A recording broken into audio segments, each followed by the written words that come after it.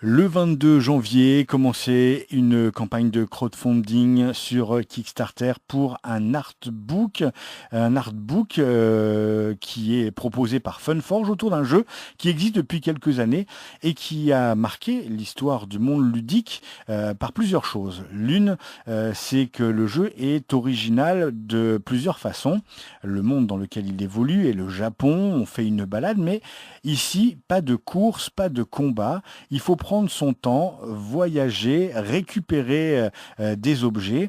Ce jeu s'appelle Tokaido et ce jeu a été illustré par Nayad, un nom qui ressort régulièrement quand on parle d'illustration pour plusieurs jeux ou autre chose. Et cet artbook réunit plein d'illustrations de Nayad et c'est avec l'illustrateur en question que l'on va en parler. Nayad, bonjour. Bonjour.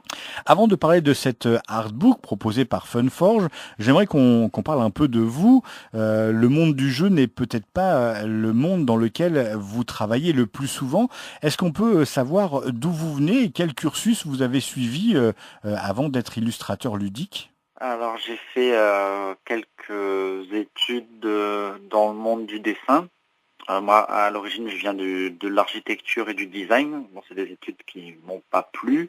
Et je suis allé ensuite dans une école de dessin narratif. Donc c'est pour former les étudiants au dessin animé ou à la bande dessinée. Et j'ai quitté tout ça très tôt pour me lancer dans le monde professionnel. Les premières expériences n'ont pas forcément marché, mais enfin, je me suis lancé directement quand même dans le dessin. C'était pour du jeu de figurines au début. Et pendant 2 ans, ça n'a pas trop fonctionné. Mais en 2009, j'ai été contacté par Funforce justement pour un premier jeu. Et depuis, j'ai fait que ça. Que du jeu, c'est-à-dire que même pas quelqu'un vous a proposé un projet de bande dessinée ou de livre en général? Alors de bande dessinée, si, ça arrive régulièrement, mais je refuse parce que c'est pas mon média, c'est pas mon métier. C'est une autre façon de dessiner. Ça me parle moins à moi. Je préfère laisser ce travail à ceux qui le font très bien. Moi, j'adore le jeu de société et donc j'aime bien la place que j'ai dans cet univers-là et pour l'instant, je veux y rester. Est-ce que ça veut dire que vous êtes joueur également, du coup? Oui. Assez joueur, pas, je suis pas ce qu'on appelle un hardcore gamer. Je joue pas tout le temps, mais je joue très régulièrement et à des jeux assez familiaux quand même. Et vous êtes jeu de société exclusivement ou tout le monde du jeu vous attire? On pourra en reparler parce que Tokaido a été porté sur téléphone mobile. Donc, est-ce que vous êtes également adepte de jeux de cartes ou de jeux de vidéo? Alors jeux vidéo, beaucoup. Pendant de nombreuses années, j'ai été très joueur de jeux vidéo. Aujourd'hui, j'ai un petit peu ralenti pour laisser de la place à mon travail, enfin, pour mon travail et pour ma vie de famille. Mais j'ai toujours été passionné par les jeux vidéo. Et, et les jeux de société, après, mes passions personnelles, après, sont très différentes du jeu de société. Vous avez donc touché au monde de la figurine, même si ça s'est pas très bien passé, le jeu de société, un peu le jeu vidéo avec Tokaido. Du coup, travailler pour le monde ludique est sûrement une autre façon de travailler que pour la bande dessinée. C'est vraiment différent. Après, moi, en bande dessinée, donc j'ai pu en faire un petit peu en tant que coloriste. C'était au tout début de ma carrière. C'est pas du tout le même rapport au dessin. Bon, en plus là, j'étais coloriste, donc je mettais en couleur les dessins de quelqu'un d'autre. Mais de toute façon, c'est pas la même industrie, c'est pas le même produit au final. C'est pas la même manière de communiquer avec celui qui va regarder les illustrations à la fin. Parce qu'en bande dessinée, on raconte une histoire, alors que pour le jeu de société, évidemment, j'essaye de transporter le joueur dans un univers, mais avant tout, je dois servir le gameplay du jeu. Il faut que ça soit lisible, fonctionnel, donc il y a d'autres paramètres à prendre en compte. En préparant cette interview, je vous disais que euh, souvent Nayad est un nom qui ressort quand on parle d'illustrateur ludique. Il y a même eu récemment une page Facebook qui posait la question si jamais un illustrateur devait faire un artbook, lequel vouliez-vous voir? Et Nayad est un nom qui ressortait grandement. Il y a une patte Nayad. Vous avez fait plusieurs choses pour plusieurs jeux. On peut citer à part Tokaido Seasons, il y a eu aussi Big Book of Madness, il y a eu Takara Island et puis plein d'autres. On s'aperçoit en regardant vos illustrations que le monde asiatique est très présent chez vous. Alors oui, j'aime beaucoup. D'une manière générale, je suis fasciné par tous on va dire les peuples anciens, enfin les mondes anciens, donc que ce soit le Japon féodal, mais aussi l'Amérique latine ou même l'Europe moyenâgeuse ou les anciens peuples africains. J'aime tout ce qui date de notre civilisation. Et en plus, bon, les éditeurs et les auteurs aiment aussi le Japon ancien, donc ça revient régulièrement. C'est une sorte ce sont des coïncidences qui font que le Japon revient régulièrement. Vous-même, vous avez eu l'occasion d'aller au Japon ou d'étudier l'art japonais, puisque c'est vrai, le dessin est assez fidèle en fait. On retrouve même au niveau des couleurs, ça parle vraiment. Alors, je ne suis pas allé au Japon, malheureusement, j'aimerais bien. Mais par contre, c'est vrai que dans ma façon de travailler, je me documente beaucoup. J'aime beaucoup être à mi-chemin entre la stylisation des choses, une part d'imaginaire, et le réalisme. Alors, j'aime pas dessiner de manière réaliste, mais j'aime bien que les couleurs ou les lumières ou le volume rappellent à une certaine réalité. Donc je me documente beaucoup, que ce soit sur Internet ou j'ai beaucoup de livres. J'ai une bibliothèque importante sur les domaines qui m'intéressent. Donc nous allons parler de Tokaido, ce jeu de société, je rappelle, sorti chez Funforge il y a quelques années maintenant, qui avait cette particularité que les joueurs ne se battaient pas entre eux, même si à la fin il faut être celui qui a le plus de points. Mais c'est un jeu qui raconte une histoire d'un voyage sur une route célèbre du Japon où il faut s'arrêter le plus de fois dans des stations afin de récupérer de la nourriture, des objets, rencontrer des personnes. C'est vraiment un voyage et donc ce Japon se prêtait complètement à vos illustrations ou vos illustrations se prêtaient complètement à ce jeu. Quel a été le travail pour illustrer Tokaido? Alors, donc Philippe Noura de Funforge, qui s'occupe de développer les jeux, est assez précis dans sa demande, il sait ce qu'il veut. Donc j'avais des briefs précis. En plus, c'est un jeu d'Antoine Boza, c'est lui qui a amené cet univers, il savait aussi très bien ce qu'il voulait. Donc pour moi, il y avait une grosse partie du travail qui était déjà réalisée. Moi, j'ai juste eu finalement à me documenter, à un peu me laisser aller sur des choses que j'aimais déjà. Le travail le plus difficile au départ, ça a été de trouver une patte graphique différente de ce que je faisais d'habitude. Là, Philippe Noura m'a demandé quelque chose d'assez épuré, de très clair. Et moi, je sortais tout juste de la réalisation de Seasons, qui était vraiment plus chargé, plus détaillé en termes d'illustration. Donc c'était intéressant d'aller vers quelque chose de beaucoup plus épuré, plus vide, plus blanc. Et voilà, après avec la documentation, les choses se sont faites toutes seules.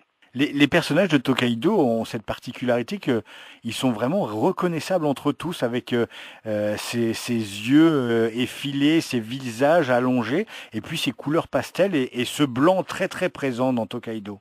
Oui, alors pour les personnages, donc comme je l'ai dit, je me suis inspiré de documentation. J'avais quelques photos anciennes du Japon, alors pas médiévales, hein, mais quand même des vieilles tenues, et j'avais pas mal d'estampes japonaises, et j'ai essayé de mixer un peu les deux, de redessiner un peu comme pouvaient le faire les Japonais il y a longtemps, avec des lignes assez pures, assez élégantes. En tout cas, c'était mon souhait. Après, moi, j'ai remâché tout ça, et puis ça ressemble à mon travail du coup. Euh, c'est ce qui a donné ces personnages un petit peu étranges, parfois qui peuvent faire penser à des haricots. Et pour le blanc autour, par contre, là, c'est vraiment une idée de Philippe Noura. Je pense que c'est ça qui a beaucoup marqué dans ce jeu, mais ça, c'était pas forcément ma volonté à moi. J'avais pas forcément cette expérience à l'époque. J'aurais pas su laisser tout ce blanc autour. Donc voilà, là, pour le coup, c'est un travail qui s'est fait à deux. Alors que va-t-on pouvoir retrouver dans cet artbook, hein? Je rappelle que la campagne a commencé le 22 janvier, qu'elle durera 20 jours. Ça a l'air d'être un énorme livre réunissant tout ce qui a été fait autour de ce jeu. Alors oui, c'est assez conséquent parce que du coup, des versions de Tokaido, il y en a plusieurs. Et plusieurs illustrations ont été refaites au fur et à mesure, parce qu'il y avait la première version de Tokaido, il y a eu la version collector et maintenant il y a la version 5e anniversaire. Il y a deux extensions, Crossroad et l'autre qui s'appelle Matsuri, donc ça faisait pas mal d'illustrations. Il y a le jeu vidéo en plus. Donc du coup, dans le livre, on peut retrouver vraiment tout ce qui a été fait dans des formats différents, un peu plus grands que les cartes, et parfois sans l'habillage. Du coup, ça permet de voir les illustrations en entier. Il y a aussi les croquis préparatoires des dessins, donc ça permet de voir quelques étapes. Ça vous prend combien de temps à peu près de travailler sur des illustrations d'un jeu alors comme Tokaido, mais il y en a eu d'autres, hein. J'ai pas cité tout à l'heure, mais il y a un très bon jeu aussi, un très beau jeu qui s'appelle Sol. Alors moi, j'aime vraiment changer d'univers graphique à chaque jeu, en tout cas adapter mon trait au jeu. Donc j'ai pu faire des choses assez différentes, donc que ce soit Sol, Tokaido, ou j'ai fait quelque chose de très différent pour Epix, parce que c'était en pixel art, ou même dans Complot, où j'ai dessiné comme si c'était un genre de gravure, ou donc comme Seasons ou Lord of the Elite, où là c'était beaucoup plus modelé. Donc bien entendu, le temps que je passe sur une illustration dépend aussi de la technique que je vais adopter. Euh, les illustrations que j'ai fait pour Seasons sont vraiment beaucoup plus longues parce que j'entre dans le détail, et il faut modeler le dessin, donc les choses se dessinent petit à petit. Alors que dans Tokaido, c'est plus épuré, on va plus au rendu final rapidement. Alors bon, pour ceux qui dessinent pas, peut-être que ça parle pas beaucoup, mais le dessin est en quelque sorte synthétisé. Alors ça ne se fait pas non plus en 2 secondes, hein, parce qu'il y a pas mal de choses à mettre en place.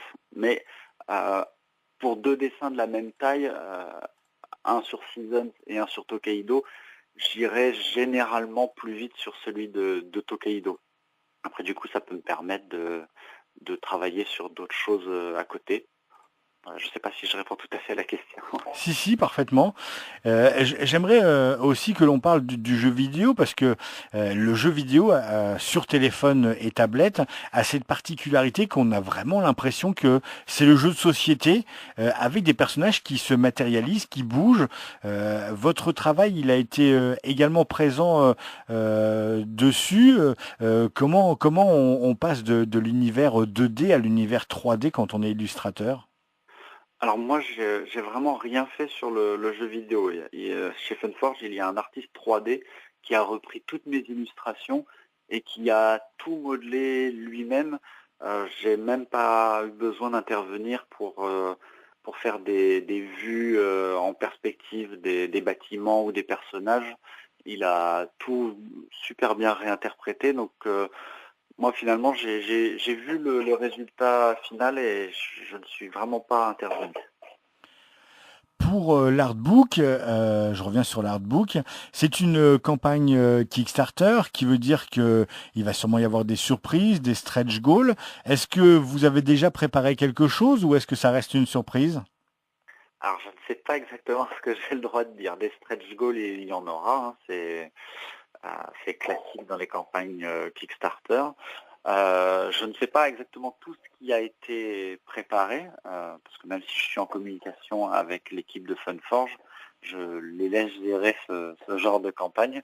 Moi, on m'a demandé de me tenir prêt à réaliser quelques dessins euh, pour certains stretch goals à venir. Comme je ne sais pas exactement ce que j'ai le droit de dire, j'en dirai pas plus. Merci beaucoup en tout cas Nayad. J'invite les gens à aller déjà se renseigner sur vous grâce à la page Facebook. Nayad, c'est N-A-I-A-D-E. Vous trouverez une adresse qui vous renverra vers une page Blogspot où vous pouvez trouver tout le travail de Nayad autour de tous les jeux. Il y a Alchemy, c'est sûrement le jeu de figurines dont vous parliez. Ankama, vous avez travaillé pour Ankama, qui est une grosse société qui fait et de la BD et des jeux vidéo. On retrouve Seasons, Chasseur de Monde, Tokaido et puis tous les autres que vous avez fait. Et puis ce projet Kickstarter avec l'artbook autour de Tokaido, le jeu, et je devrais dire même les jeux, puisque on retrouve le travail autour du jeu, les extensions et le jeu vidéo. C'est une campagne qui a commencé le 22 janvier et qui dure 20 jours. Nayad, un grand merci et à très bientôt. Merci à vous, au revoir.